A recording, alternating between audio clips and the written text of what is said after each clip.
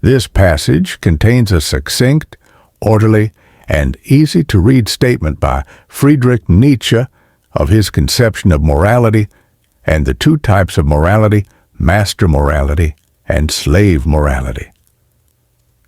Every enhancement of the type man has so far been the work of an aristocratic society, and it will be so again and again a society that believes in the long ladder of an order of rank and differences in value between man and man, and that needs slavery in some sense or other. Let us admit to ourselves, without trying to be considerate, how every higher culture on earth so far has begun. Human beings whose nature was still natural, barbarians in every terrible sense of the word, men of prey who were still in possession of unbroken strength of will and lust for power, hurled themselves upon weaker, more civilized, more peaceful races, perhaps traders or cattle raisers, or upon mellow old cultures whose last vitality was even then flaring up in splendid flora, works of spirit and corruption. In the beginning, the noble caste was always the barbarian caste. Their predominance did not lie mainly in physical strength or in strength of the soul. They were more whole human beings, which also means at every level more whole beasts. The essential characteristic of a good and healthy aristocracy, however, is that it experiences itself not as a function, whether of the monarchy or the commonwealth, but as their meaning and highest justification, that it therefore accepts with a good conscience the sacrifice of untold human beings who, for its sake, must be reduced and lowered to incomplete human beings, to slaves, to instruments. Their fundamental faith simply has to be that society must not exist for society's sake, but only as the foundation and scaffolding on which a choice type of being is able to raise itself to its higher task and to a higher state of being comparable to those sun-seeking vines of Java they called Sipo Matador, that so long and so often enclasp an oak tree with their tendrils until eventually, high above it, but supported by it, they can unfold their crowns in the open light and display their happiness. Refraining mutually from injury, violence, and exploitation, and placing one's will on a par with that of someone else, this may become, in a certain rough sense, good manners among individuals if the appropriate conditions are present, namely, if these men are actually similar in strength and value standards and belong together in one body. But as soon as this principle is extended and possibly even accepted as the fundamental principle of society, it immediately proves to be what it really is, a will to the denial of life, a principle of disintegration and decay. Here we must beware of superficiality and get to the bottom of the matter, resisting all sentimental weakness.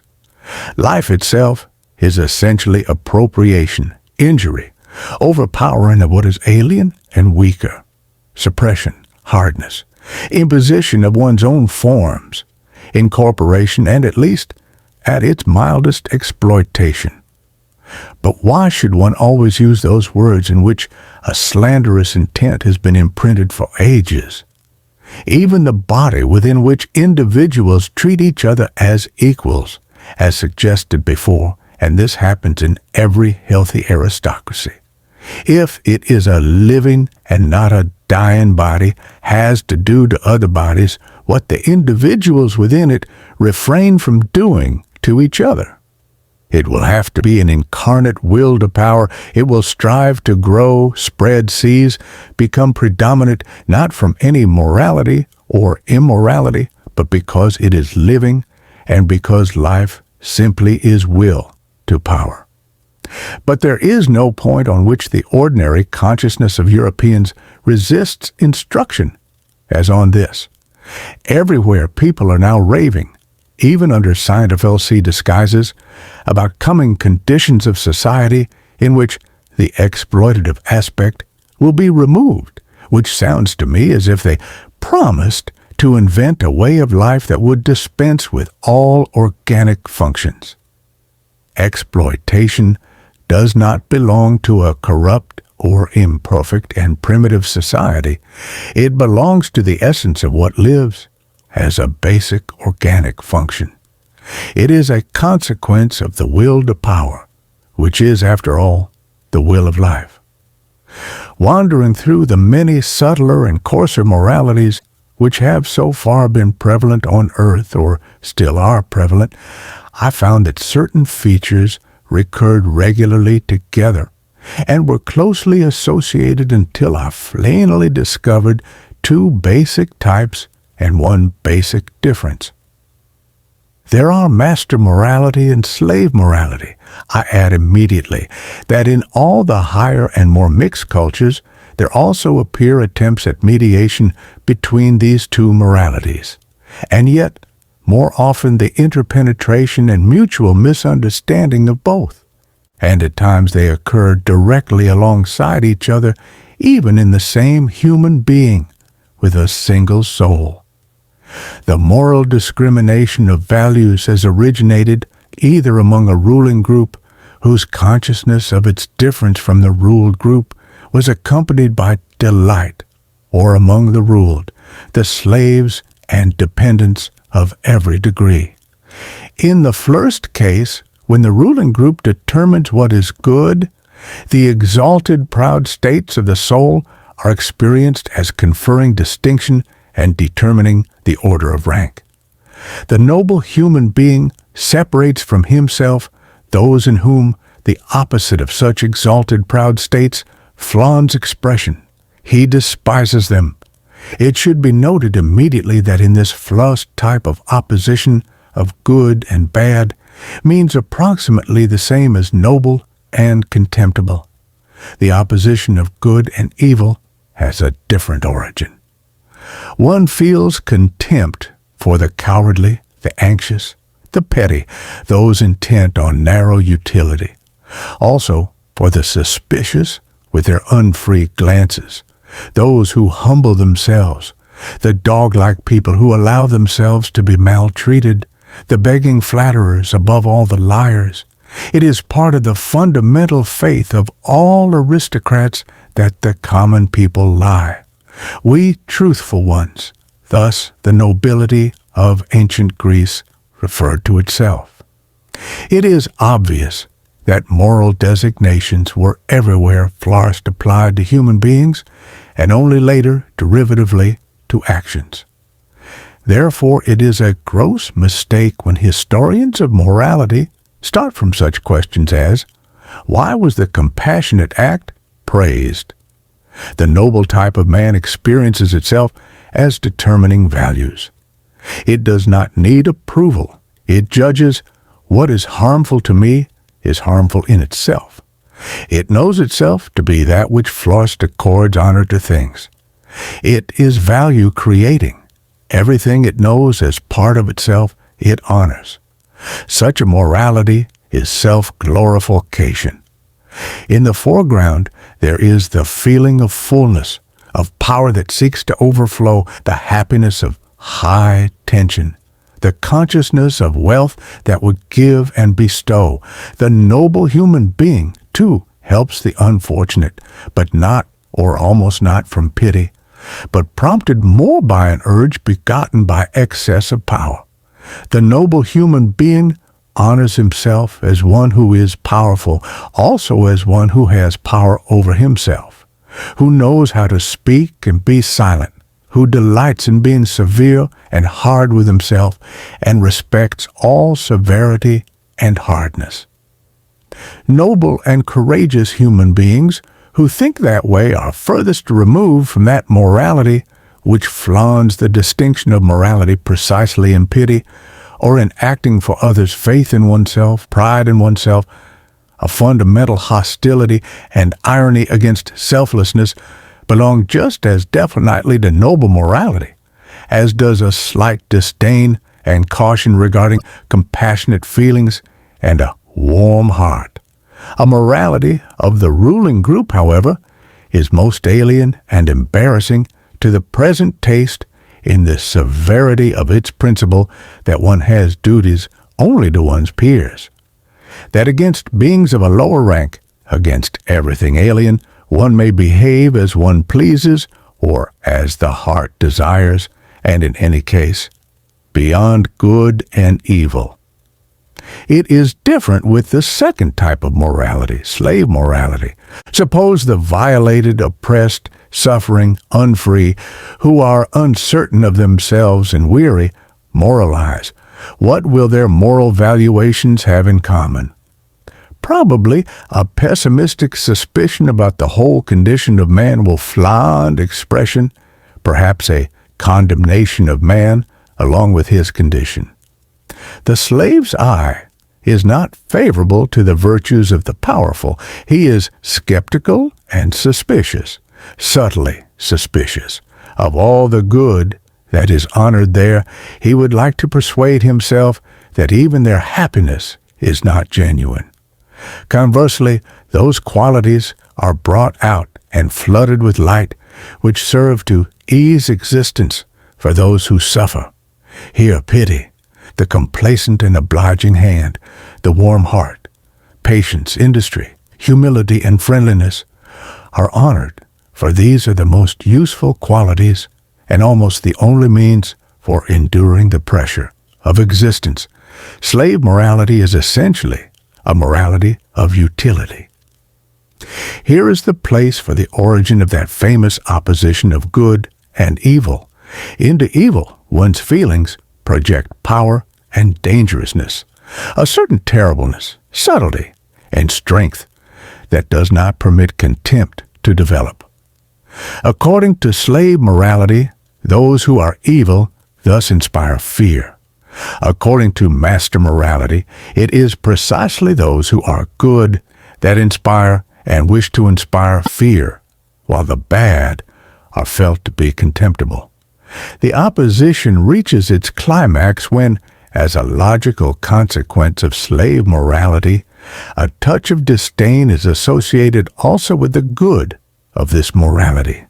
This may be slight and benevolent because the good human being has to be undangerous in the slave's way of thinking.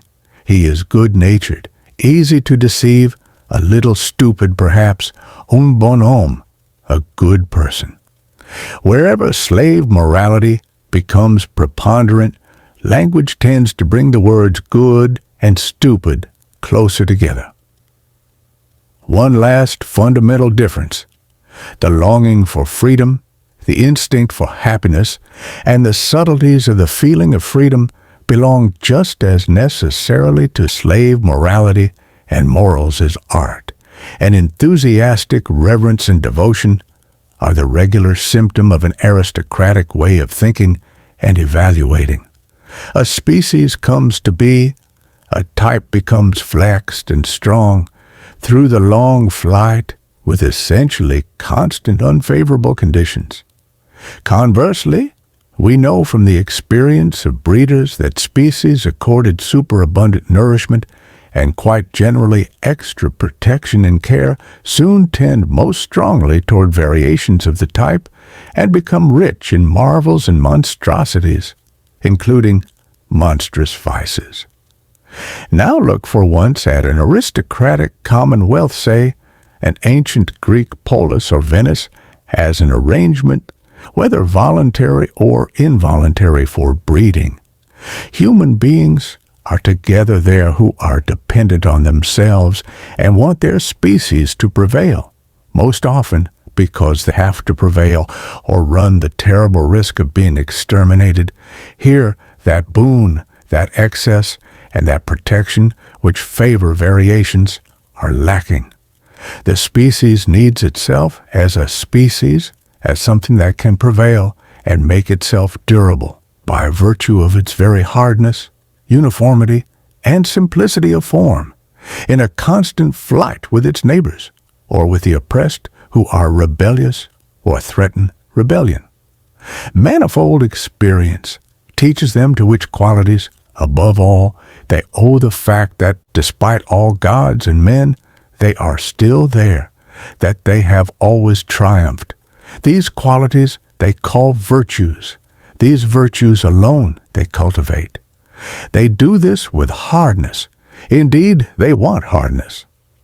Ever aristocratic morality is intolerant in the education of youth, in their arrangements for women, in their marriage customs, in the relations of old and young, in their penal laws, which take into account deviance only.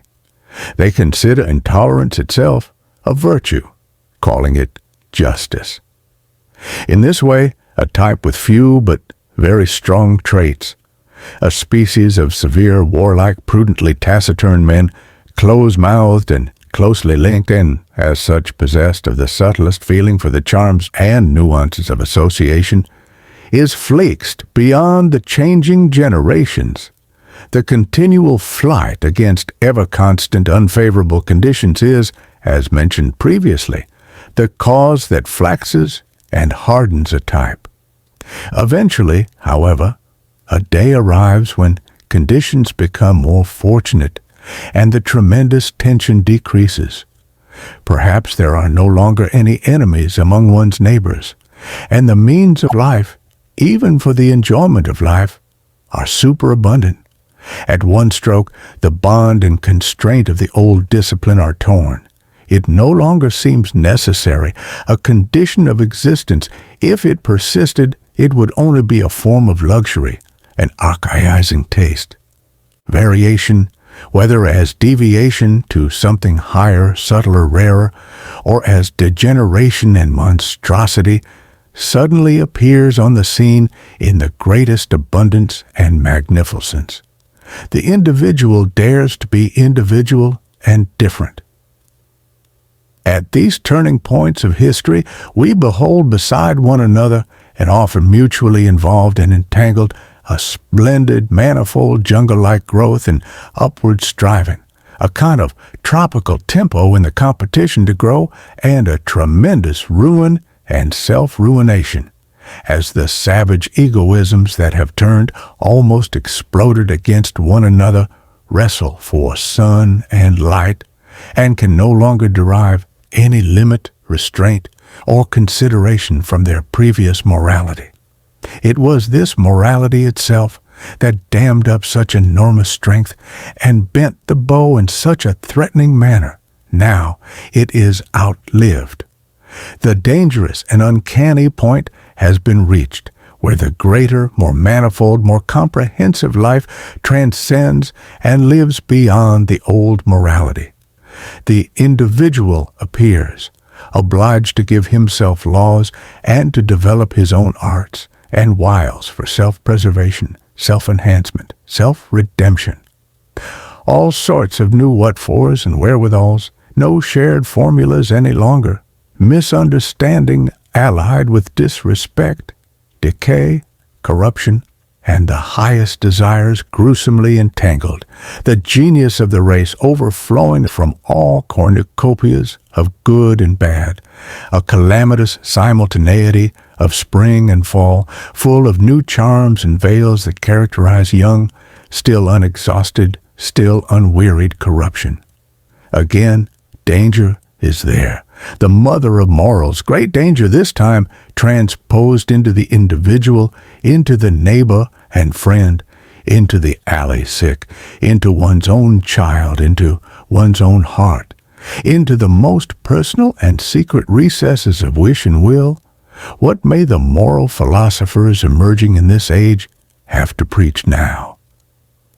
These acute observers and loiterers discover that the end is approaching fast, that everything around them is corrupted and corrupts, that nothing will stand the day after tomorrow except one type of man, the incurably mediocre. The mediocre alone have a chance of continuing their type and propagating. They are the men of the future, the only survivors. Be like them, become mediocre, is now the only morality that still makes sense, that still gets a hearing. But this morality of mediocrity is hard to preach. After all, it may never admit what it is and what it wants. It must speak of measure and dignity and duty and neighbor love. It will flaunt it difficult to conceal its irony.